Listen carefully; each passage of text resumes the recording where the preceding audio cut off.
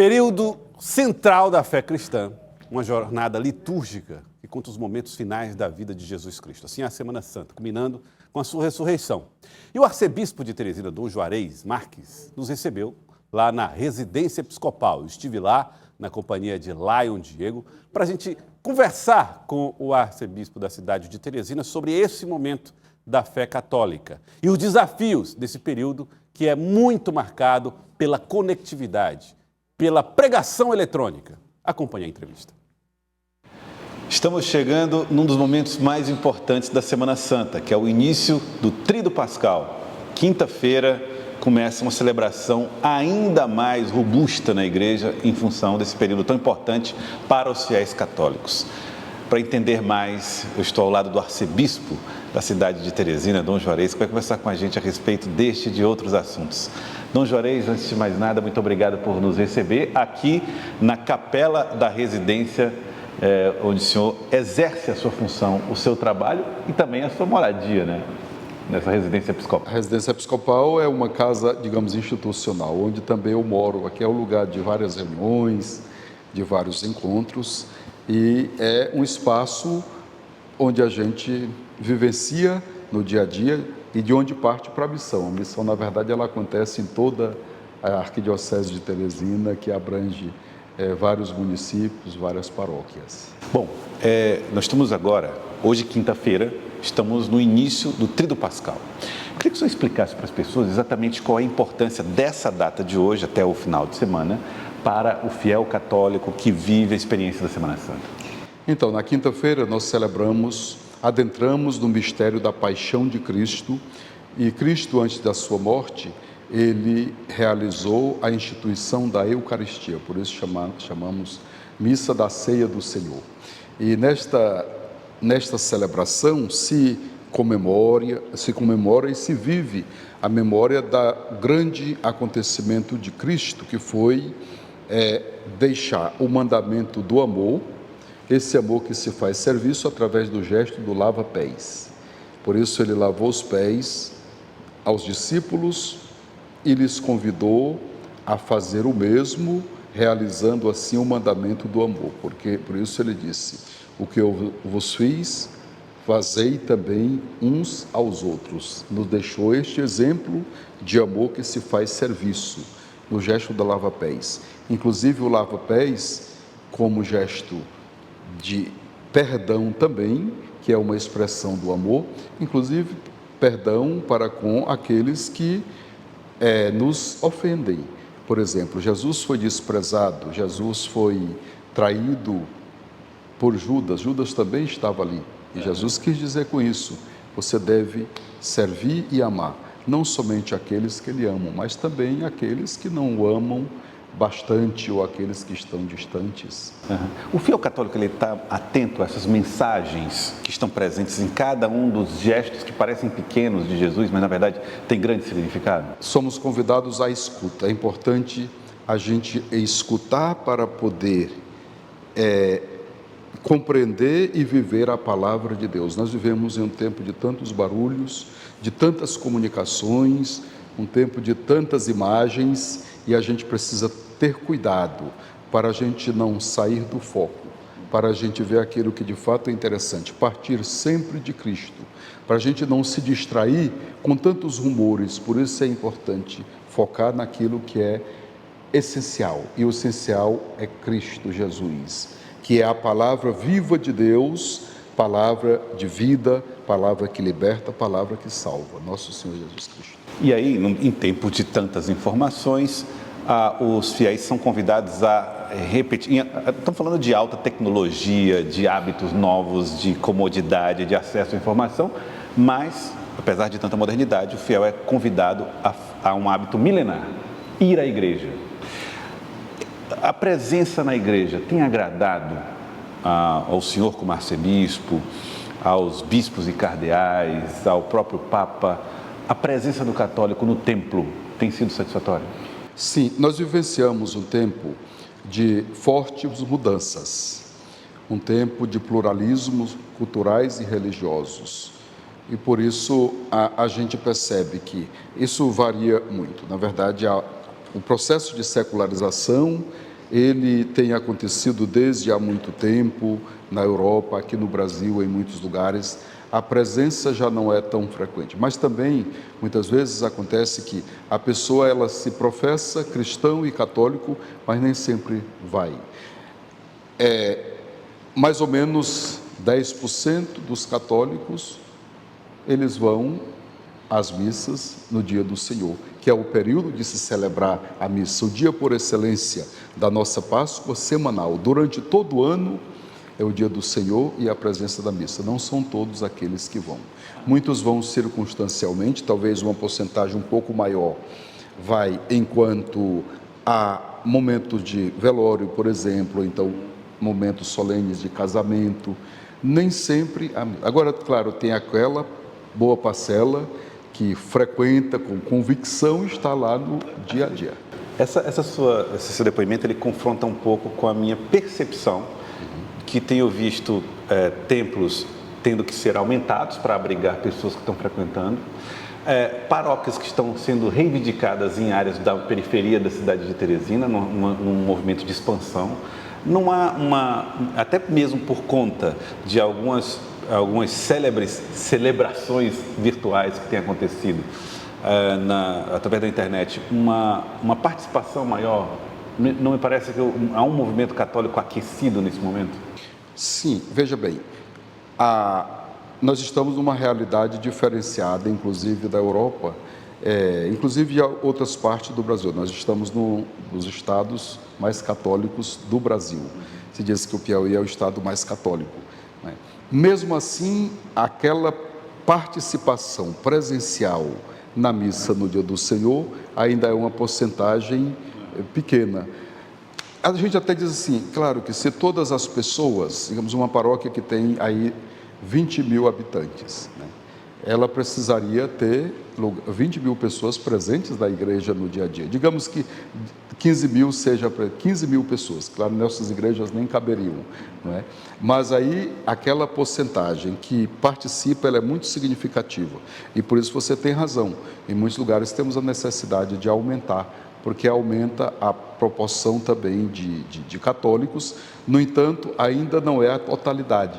A igreja tem o grande desafio hoje de evangelizar pessoas que até receberam os sacramentos, mas não têm uma prática assídua, ou pessoas que não receberam os sacramentos. Olha, nesse momento, em nossas paróquias, nós temos um plano de pastoral que convida para uma catequese de orientação catecumenal. Ela é diferenciada, porque ela é diferenciada da prática da cristandade. Cristandade, entenda, até mais ou menos os anos 80, há quem diga, o Concílio Vaticano II, em 1962 a 65, ali a cristandade se estende até 80, digamos, onde todos eram cristãos e católicos, havia poucas dissidências religiosas, era mais a religião católica, era a grande maioria.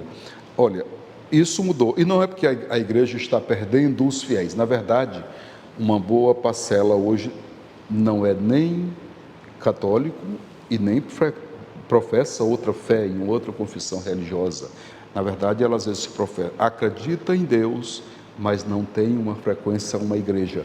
Os chamados hoje desigrejados, que não congregam em uma igreja, hoje é uma boa parcela da sociedade que vive... Isso preocupa o senhor, o desigrejado, mais do que aquele que professa uma outra religião que não seja católica? Preocupa, sim. Porque, veja bem, nós temos o pluralismo. Nós, como cristãos, professamos a mesma fé em Cristo Jesus, nosso Senhor. Há as diversas maneiras de professar a fé. Se você é católico, seja autenticamente católico. Se você é evangélico, autenticamente evangélico. O que nos une é a fé em Cristo Jesus. Ele é o nosso Salvador. Ele é o meu Salvador, Ele é o seu Salvador.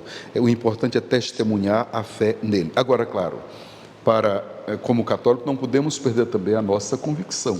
A nossa fé é sacramental, com muito respeito, né, aos outros que professam de uma outra forma.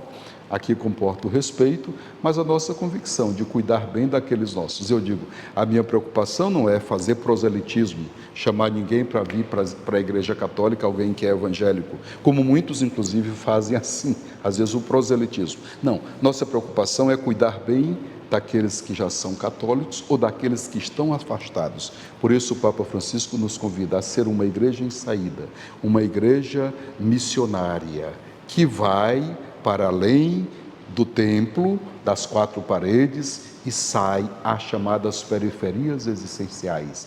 Às vezes pode ser tão perto de nós, mas estão afastadas de Deus, não é? E aí os mundos diferentes, essas periferias existenciais podem ser tanto geográficas, como também existenciais no sentido de a pessoa estar às vezes no centro da cidade, próximo à igreja, mas ela não frequenta, né? Aí nós somos convidados a essa escuta, a palavra e também a frequência e a prática do amor, porque o amor se faz serviço ao outro.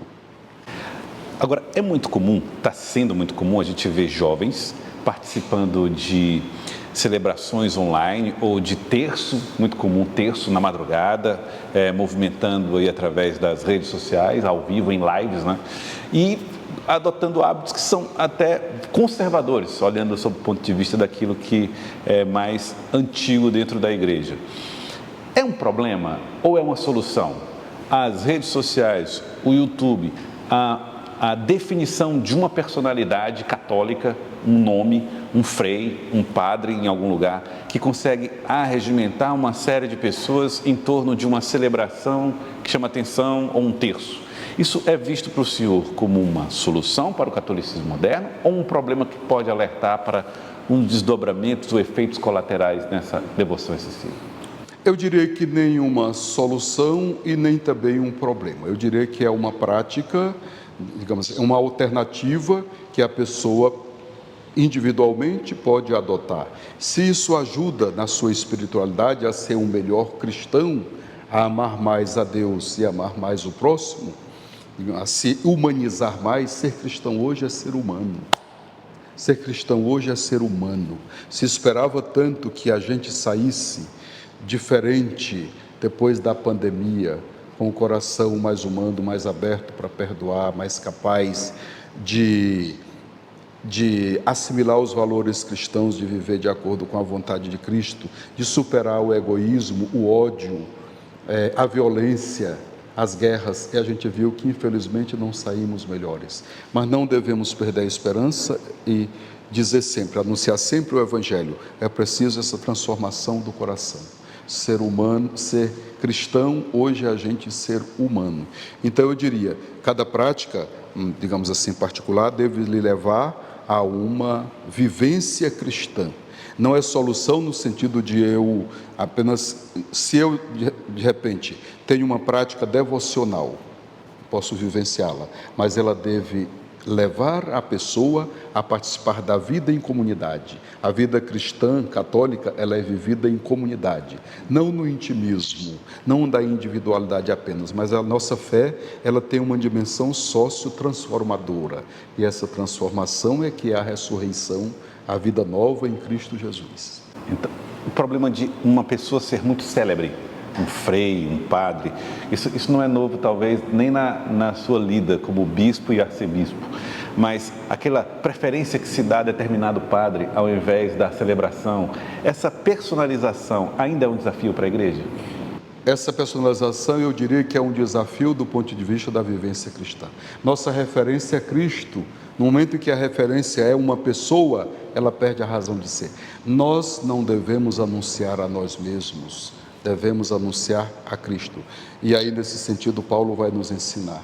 São João já vai dizer, é preciso que ele cresça e que eu diminua.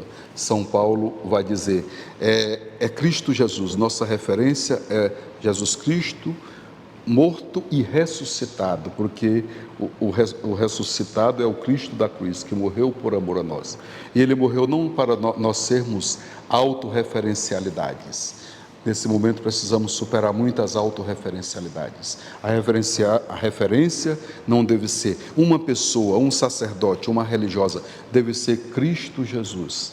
E ele como referência é o que ele ensinou. O que eu fiz, lavei os pés aos discípulos, e este foi o testemunho que eu dei, para que também façais a mesma coisa. É o que celebramos na missa de hoje, antes de Jesus instituir o sacramento da Eucaristia.